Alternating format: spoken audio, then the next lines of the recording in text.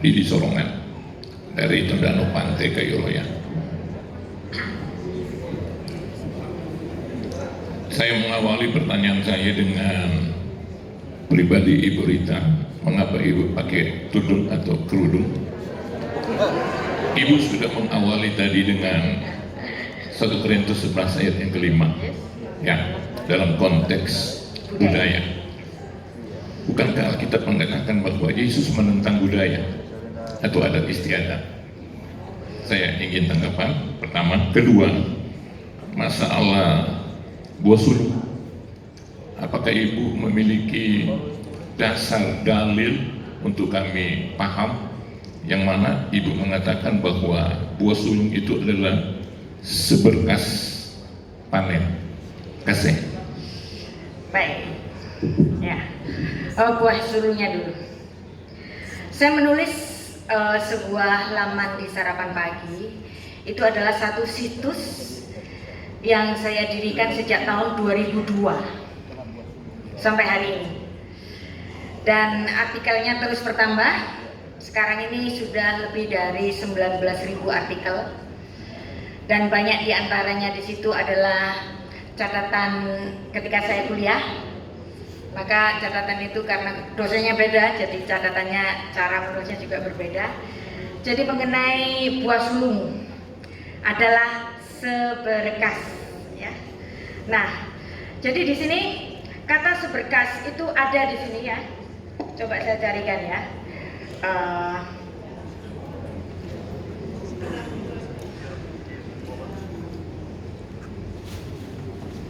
Oke. Imamat pasal 23 ayat 10 sampai 17. Ya, saya cari yang ini. Itu adalah bagaimana buah sulung di dalam ibadah Bani Israel diidentikan dengan perayaan Hari Raya Buah Sulung, Sifrat HaOmer. Nah, kata Omer di situ artinya seberkas. Berbicaralah kepada orang Israel dan katakanlah kepada mereka, apabila sampai ke negeri yang kuberikan kepadamu dan kamu menuai hasilnya, maka kamu harus membawa seberkas hasil pertama. Seberkas kan gak semua hasil panen. Kalau semua hasil panen kan gak makan orangnya. Tuhan pasti punya perhitungan. Tuhan gak akan biarkan anaknya itu gak makan. Sama dengan hari ini, pekerja sebuah anggota jemaat tertentu kalau disuruh ngasih seluruh gajinya pada bulan itu, emangnya sebulan dia nggak makan? Iya kalau punya orang tua, iya kalau punya tabungan, kan ya nggak begitu. Nah, jadi Imamat pasal 23 ayat 10 sampai 17 betul-betul ditulis sebagai et omer, seberkas. Terjemahannya bahasa Ibrani-nya et omer. Nah, kalau ditimbang itu kira-kira paling berat itu 2 liter atau 2 kilo. Bukan semuanya. Jadi ini ada dasarnya, tentu saja ayatnya. Kalau mau dibaca secara jelas nanti Bapak bisa cari di Google, judulnya buah sulung, terus ditambahin Sarapan Pagi.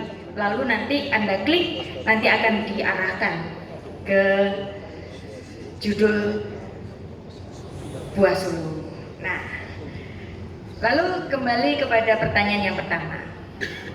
Pertanyaan pertama, mengapa saya pakai kerudung?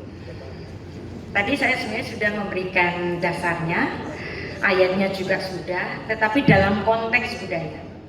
Saya mengajar di Sekolah Tinggi Filsafat Jafrai Makassar. Di situ filsafat teologi, jadi lebih banyak ke filsafatnya. Saya mengajar filsafat Ibrani dan antropologi budaya. Mengajar tentang filsafat itu mengajar tentang cara berpikir. Mengajar antropologi budaya, bicara tentang budaya. Jadi di sini saya memadukan sebagai baju dinas saya, memakai kebaya yang asli Indonesia, memakai kain yang dari Indonesia, dan memakai kerudung yang dipakai oleh saudara tua kita, yaitu yang disebut dengan mantila. Nah, mantila, Anda juga nanti apa itu mantila, Anda klik mantila sarapan pagi, nanti Anda bisa tanya itu apa mantila. Mantila di sini adalah kerudung doa yang dipakai oleh saudara tua kita Ortodoks dan Katolik Roma. Keluarga saya unik. Ini saya sedang bersama-sama dengan para gembala yang ada di GPDI. Mama saya dari gereja GPDI.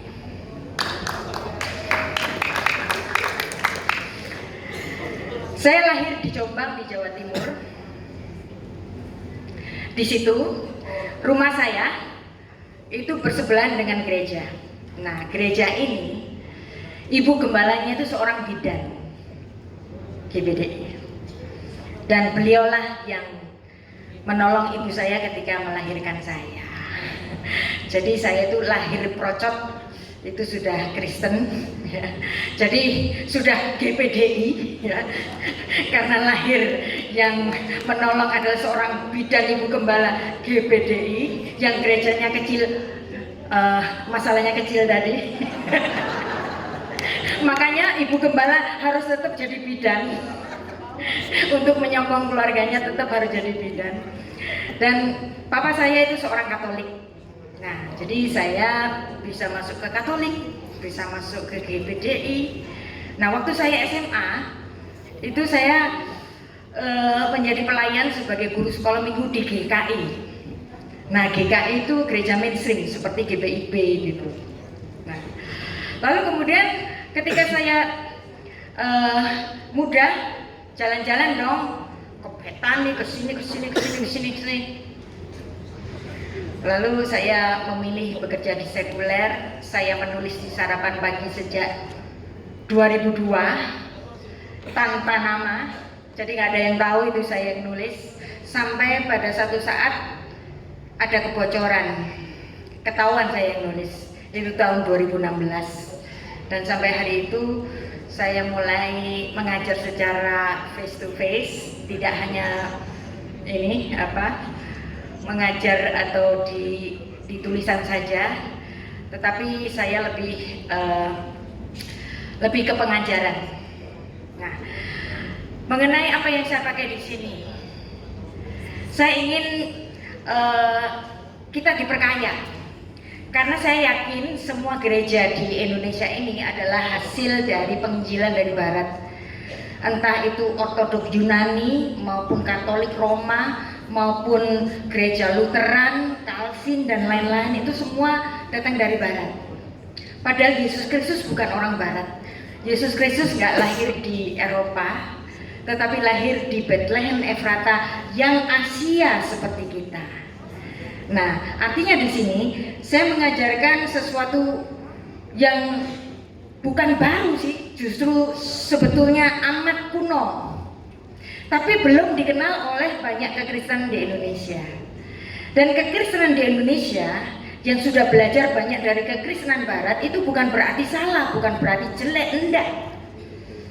Saya menghormati teologi Barat. Di antaranya apa? Doktrin Trinitas itu datang dari gereja Barat. Memang dasarnya dari ayat-ayat Alkitab kita sendiri. Tapi kata Trinitas itu kan bahasa Latin. Maka tidak bisa tidak. Triados, Trinitas, bahasa Yunani kan bahasa Barat. Tetapi ada kekristenan yang dari timur ini, karena memang tergerus oleh zaman, dan kita juga wajib paham mengenai Yesus Kristus yang orang Yahudi. Seperti tadi saya memberikan satu kasus bahwa ketika Tuhan Yesus menghardik muridnya, biarkan orang mati, menguburkan orang mati. Ternyata kalau dibaca dari konteks antropologi budayanya, itu sangat menarik sekali. Ada alasan kenapa Tuhan Yesus harus memarahi, harus menghardik calon murid itu. Artinya di sini Alkitab walaupun Perjanjian Baru ditulis dalam bahasa Yunani, tetapi memandang Yesus dari konteks keyahudiannya itu indah. Anda semua sudah belajar teologi Barat. Nah, sekarang saya memberikan sentuhan-sentuhan teologi timur. Kalau Anda belajar barat, sudah belajar di situ dan itu bagus. Dan kemudian Anda sekarang juga belajar teologi timur, kan jadi kaya. Bukan untuk membenturkan, tetapi untuk memperkaya kita semua. Jadi itulah kenapa saya pakai kerudung, jadi supaya orang ingat kalau lihat saya lagi ngajar begini, oh Yesus dari timur, Yesus orang Yahudi. Orang-orang Israel hari ini itu banyak yang muka-muka bule. Itulah yang disebut dengan Yahudi Askenazi. Anda tahu Askenaz? Askenaz itu anaknya Yafet. Dan Yafet diketahui bahwa dia menurunkan bangsa-bangsa Eropa. Jadi maksud Yahudi Askenazi adalah Yahudi bule. Dia yang convert menjadi beragama Yahudi dan mereka adalah imigran dari Eropa. Tapi sebenarnya kalau Anda lihat misalnya Benjamin Netanyahu, dia seorang Yahudi Askenazi. Tetapi kalau Anda melihat wajah dari Eli Cohen, mukanya Arab banget, nggak ada bedanya dengan Arab yang lain. Kulitnya coklat dan seperti orang-orang Arab biasanya. Jadi sebenarnya Yesus yang mancung, yang matanya coklat, yang ganteng-ganteng itu, kenapa? Karena yang melukis Leonardo da Vinci itu nggak salah, itu kan imajinasi seorang seniman. Makanya saya bilang kalau yang melukis Pak Sunyoto dari Yogyakarta, Yesusnya pakai belangkon. Nah, maka yang saya bicarakan di sini adalah konteks budaya. Maksud saya memahami Injil Kristus dalam konteks budaya keyahudiannya itu juga indah. Dan ini bukan sebagai benturan. Orang Kristen di Indonesia itu masih belum terbiasa dengan penafsiran yang berbeda. Kalau Anda sudah terbiasa dengan penafsiran yang berbeda dan juga sudah mengenal 70 wajah Torah, bahwa satu ayat bisa dibaca dalam berbagai sisi, makanya saya mengampu sebuah serial lecture judulnya Torah, ada di YouTube saya. Di serial lecture Torah itu saya cuman bicara Kejadian 1 ayat 1. Karena Kejadian 1 ayat 1 itu bisa dibaca dalam berbagai sisi, maka cuman bicara 1 ayat Kejadian 1 ayat 1. Di situ saya membahasnya dalam 10 seri, cuma 1 ayat saja untuk membuktikan bahwa 1 ayat bisa ditafsirkan dalam berbagai sisi.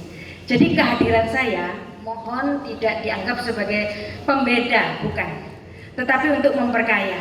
Dan baiklah kita belajar banyak mencintai firman Tuhan lebih lagi dan ditambah dengan konteks budaya keyahudian Yesus. Sebelumnya, Bapak Ibu intermezzo, ini adalah ciri khas dari Ibu Rita. Sayang malah ketika Ibu Rita saya jemput kemarin di bandara tidak dengan menggunakan baju kebangsaan beliau, saya